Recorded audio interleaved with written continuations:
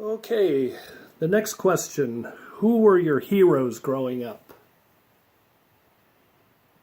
I have to say Shirley Temple. I grew up in her age, and she was probably about 1 year older than me, and I just loved her, and it was a Shirley Temple era anyway, and I always wanted to have dimples like hers. Dad? The Lone Ranger. The Lone Ranger. Whee!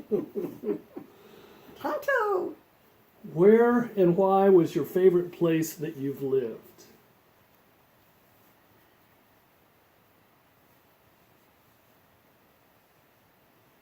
I don't know if you can say it was a favorite place, but it was certainly a fun time in our lives when we lived on Walter Avenue in Fairfield.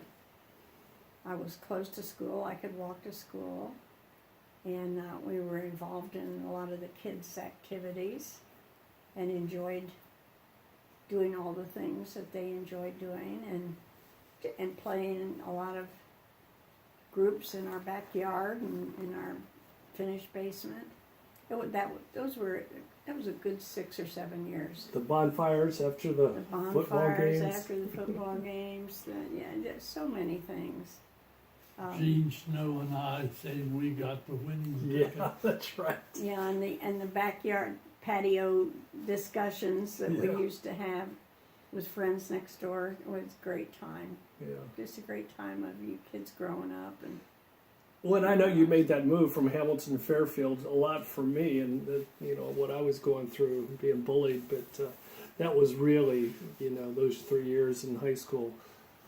They could have gone really badly, but they were really good years. So thank you for moving our family to Fairfield. If you had the chance to go back and relive one day of your life, knowing what you know now, and you had that consciousness to go back, what day would it be? I would have to have a much longer time to think about that, because it would be just reliving that one day. So it'd have to be a day that was a joyous day, and I still say the day of marriage. Why, Dad? It was an excitement, Mm-hmm. all the preparations and all the family and guests coming. Mm-hmm. it was a very, very special, exciting day. But I can't say that would be the one day that I'd want to relive. Well, It was hot. It was just dead blame hot. Have you ever had any nicknames as a child or as an adult? The gal that was my maid of honor had a nickname for me that nobody else called me that except Cecile, and it was Pinky. She called me Pinky from the time she knew me until I never through knew that. college. Mm-hmm. How about you, Dad? Bucket. Oh, I hated Bucket. Yeah. That's why I can't believe Hannah goes by that in her Oh, really? biography. Oh, that's Yeah. cool. She's claiming it as a Yeah. badge of honor. Didn't you get called Bobby? Yeah. Yeah. So thinking about your parents, how are you like or unlike your mothers? How are you like or unlike your fathers? I hope that I'm like my mother in the gentle spirit that she always had. That's the way I always thought about her, is I could always depend upon her and talk to her, and she was a good listener, and she didn't judge. I hope I'm like that, and if I'm not, I want to be that way. My dad, I guess in some ways I'm like him. I'm like him in one way that if you need something built, made, there's a way to, if you have a problem, there's a way to solve it. And I'm kind of like catching the dog by the tail on that. you? Well, we weren't a close family. But the question was, how are you like them? Or you like your mother? Oh, gentle spirit, loving, kind. Or are you unlike your father? I'm not as bullying as he was. More family oriented.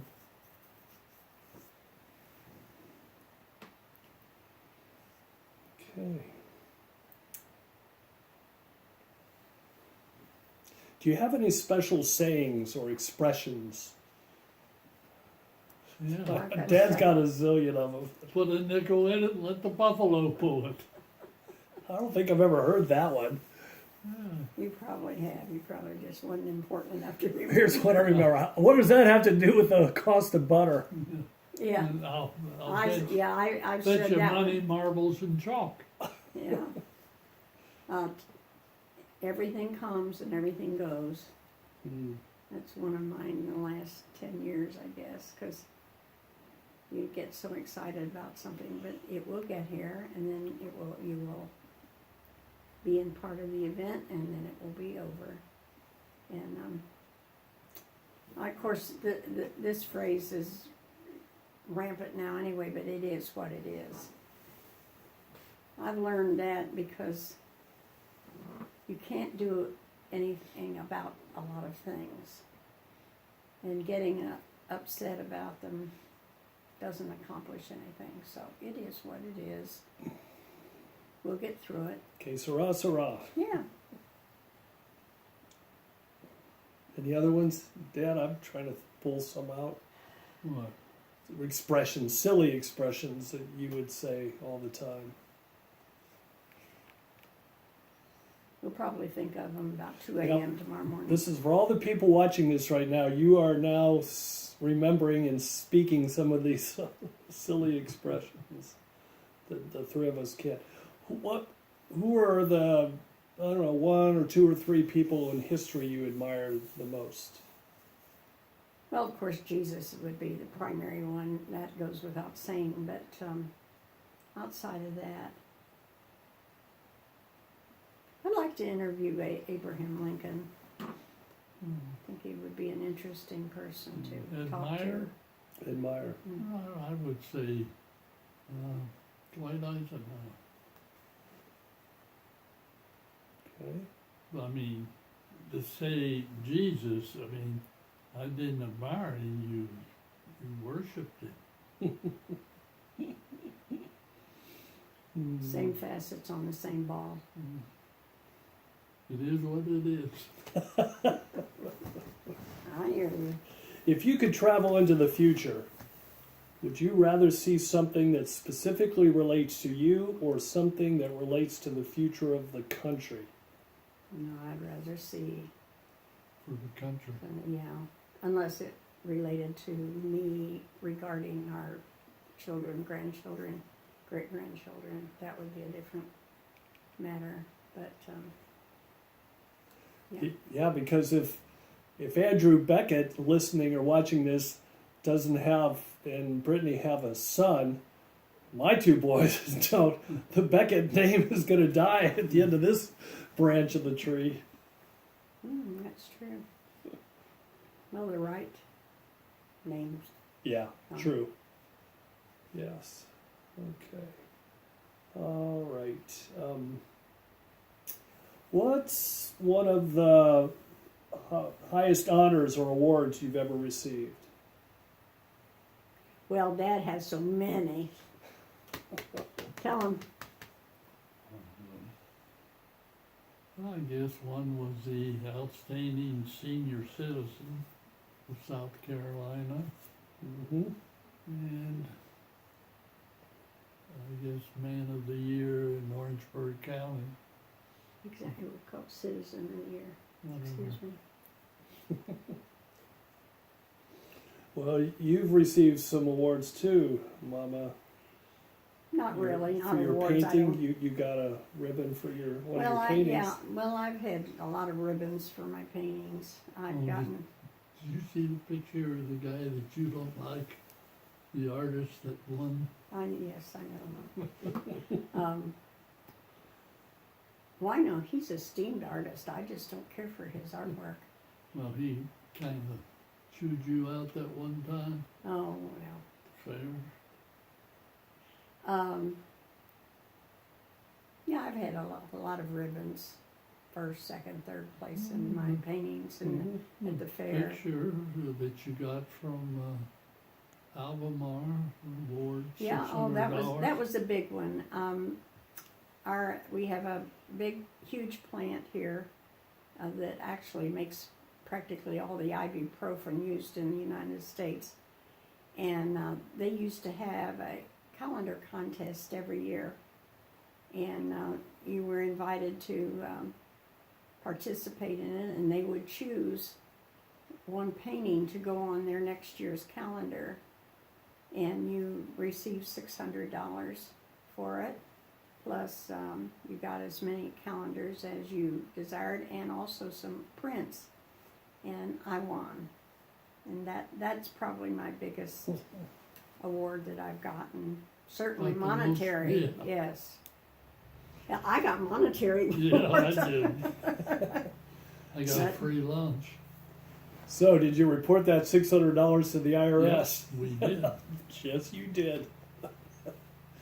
Mr. Tax Honest Guy here.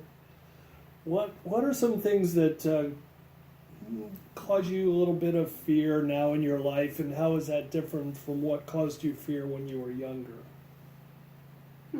That's interesting.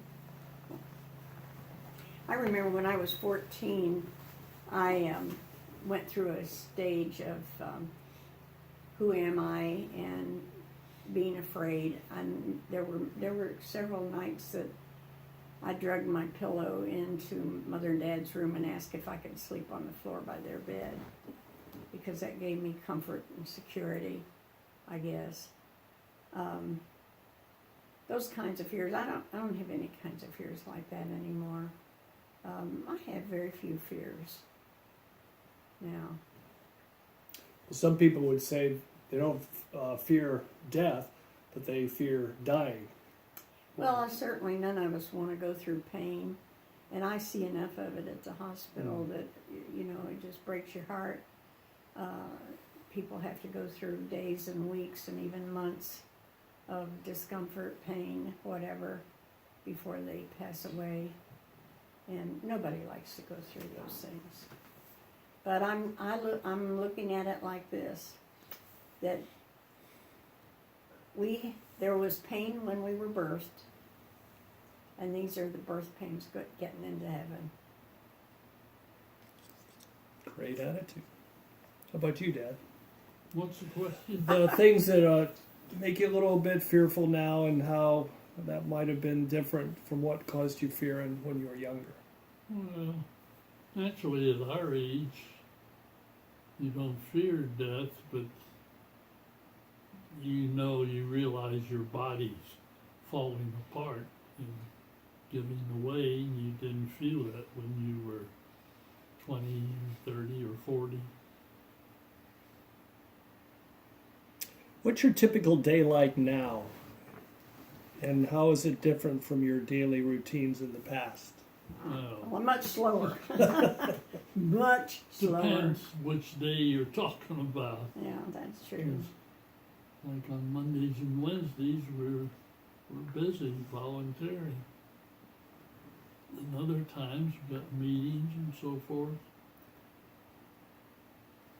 And my energy level is best in the mornings, so when I do have a full day, I try to get busy and get the things done in the mornings that I need to get done.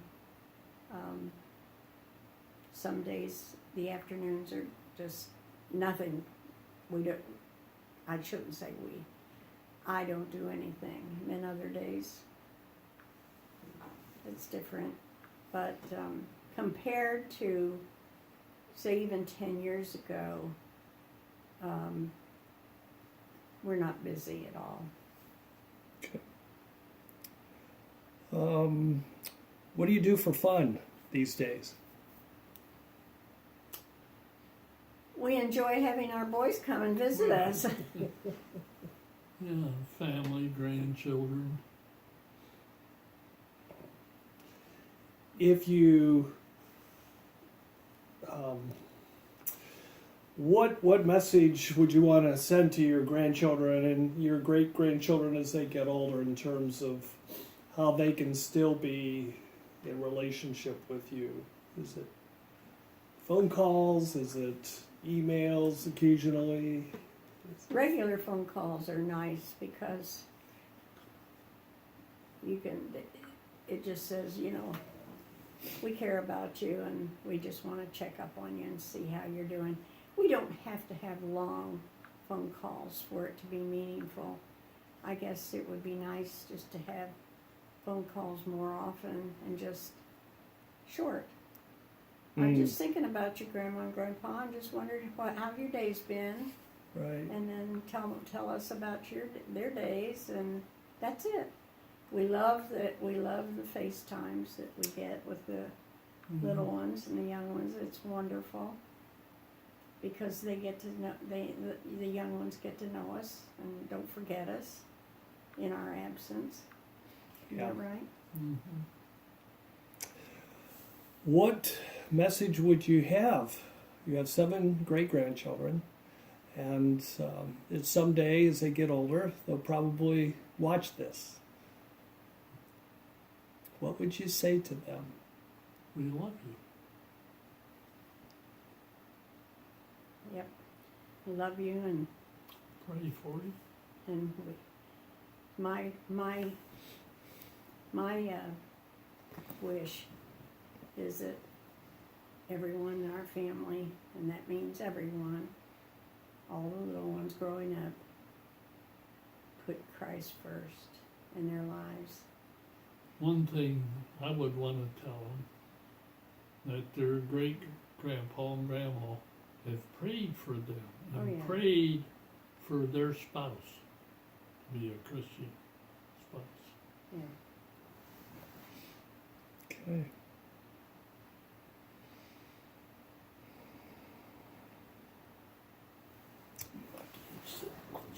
How should a person prepare for old age?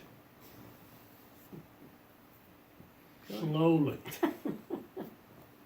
Well, it's a mental thing. It's a matter of accepting the inevitable, recognizing that your body is slowing down, and as is your mind, and that things are never going to be, you're never going to feel as good as you did when you were 35 or 40. Don't expect it. Just, you have to learn to accept the inevitable. And, but that doesn't mean you become a potato couch. I mean, a potato, whatever. A couch potato. Yes. Well, at least I got it. Yeah, you do. Couch potato. It just means that you recognize that you are slowing down and that changes have to be made. And you may have to give up things that you love to do, that you've always done. It's Time's up. it's learning to accept the change, and it's not easy. No, it is not easy. It's not easy to admit to yourself that you're older and you can't do what you've always done. Dad? No, shoot you. She said it? Yeah. So when you're sitting quietly, there's no conversation, the TV's not on, or you're in bed laying awake, what are you thinking about? Do you tend to look back on the past? Do you tend to think about what you have to do the next day? What I do is, of course, that's when I'm praying in bed, and that's the last things I'm thinking about. Then when I can't sleep, that's because I'm thinking about something tomorrow, and that keeps me awake. If I can't sleep during the night, first of all, the first thing I do is pray. Mm-hmm. But then sometimes I go through a kind of a nice nostalgic few days, and then my mind is on all you boys when you were babies or young, and the things that we did, and pictures flash through my mind of activities and the fun that we had, and sometimes some of the hard things I think about and how God got us through them. What's your problem?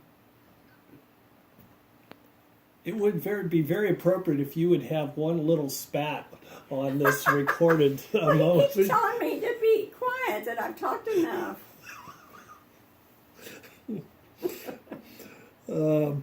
Okay. It is what it is, people.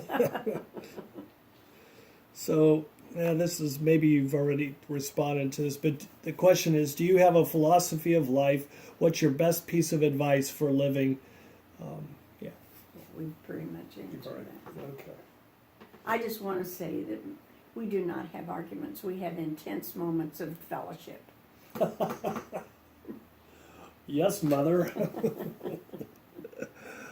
Okay.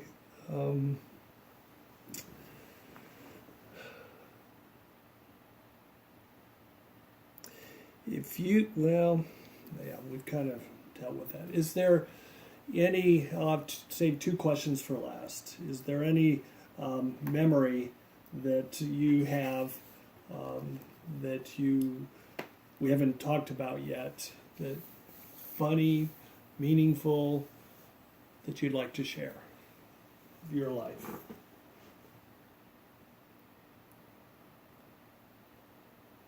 Well, to me, meaningful was last July. That was great. Can't top that very easily. Yeah. Going back further though, I remember one Christmas Eve when we lived in Atlanta, and that was a year we had decided to all make everybody else Yes. something. And we went to church and had our Christmas Eve service, came home, and we decided we would open the gifts that we had made for each other, not the ones we bought, but the ones we'd made for each other. And that was so meaningful to me that I didn't care whether there were any packages the next day at all. That was such a special Christmas because everybody had worked and had fun and secrets and hiding things of what it was just a fun family activity. Yeah. I remember that. Yeah. Dad, you made me a velvet covered wooden plaque with the little nails with the string art, a sailboat where you And see, some of those gifts were very, very hard to make for others because there were 6 of us, so everybody was making 5 things. Yeah. And that was not easy. Lynn was young. She was about 5th or 6th grade. Tim was in college. I don't know where you were at that particular time. But it was just a very special, and the preparation, getting them made was so much fun. Sneaking around the house, no, you can't come in, and that sort of thing. Any memories that stick out in your mind, Dad, that we haven't mentioned? I remember, it's just the fun time you boys used to play when we lived in Atlanta, basketball Oh, yeah. with, I forget what their names were. Yeah. That would come over and shoot the hoops. Well, there were so many fun times, and then in Fairfield, the youth group used to just make themselves at home to come out and have their youth group at our house because we had such a nice basement that we finished, and the backyard was superb for games, badminton and football. Yeah. Gosh, Tim and Brian and I, that's what we'd do every fall after school. Three of us would play and, you know, drive little Brian's face into the mud. Yeah. I think he actually loved that. Oh, and he'd come in crying, and I'd say, "Oh, honey, your brothers are so much older and bigger than you. You just can't play with them all the time and expect not to get hurt." Right back out there you go. I remember in high school, Dad playing on the Grace Methodist Church softball team with you for a year or two, where we were on the same team. And you were catcher and I was shortstop. Mm. And there were the Little League baseball games, Yeah. and we always went, and we had to split up sometimes when you and Tim both got in on different leagues. Butler You go to County, one, I go to another. Butler County Vending Company sponsored the Reds. That was on. Just loads and loads of. I thought of one Times. other thing to impart to the Mm-hmm. great-grandchildren is to be tolerant of one another. Because I think that's important in the family. That you might not always agree or whatever, but the important thing is your family. Well, we have to learn to forgive because we want other people to forgive us. Because none of us are perfect. That's a good I point. don't know about that. Yeah, there's so many things. Once you get started reminiscing and your mind moves from one time and one thing to another. Now, what are you going to do with it? I mean, if it's so long, what? It will be lengthy, but I'll edit it and get it into one big, movie video, and I'll post it online in the cloud, and then send people the link to it. They can go and watch it. Just our family members. I'd hope. Yeah. It's the family. So you've talked a lot about praying for your family. I'm wondering if that might be a good way to close this, to have the two of you pray for your family. Is that going to be too hard? You can do it, honey. Well, why don't you join hands there and offer a prayer for your family? You do it. Both of you can. You can do it too.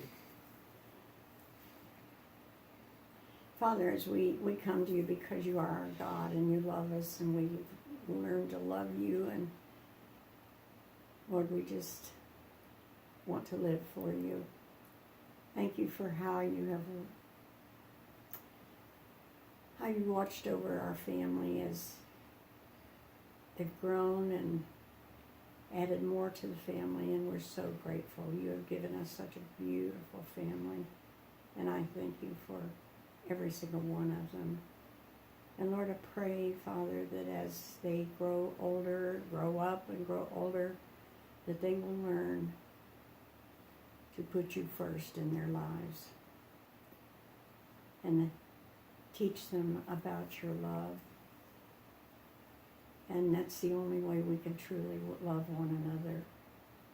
Let them know how much their grandma and grandpa have loved them before they were born, and as they grow up, and even after we have gone.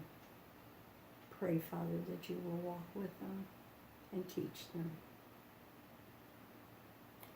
No, I don't want to see me cry. Oh, go on, Dad. It's like Thanksgiving. That's why we always look forward to Thanksgiving. Oh, I was going to say, yeah, Tim always said Thanksgiving was the big, as you all were growing up, was the big holiday, the Turkey Bowl. Oh, yeah. And that drive through the country in southern Ohio to go to Dartown, and the fire, Yeah. and the football game, the Turkey Bowl afterwards. Yeah. The time we started giggling during Giggling Grandpa's during prayer. prayer. Grandpa was not happy And with Mother us. was not happy. Yeah. Okay. If I'd have been sitting close to you, you'd have gotten more than pitched.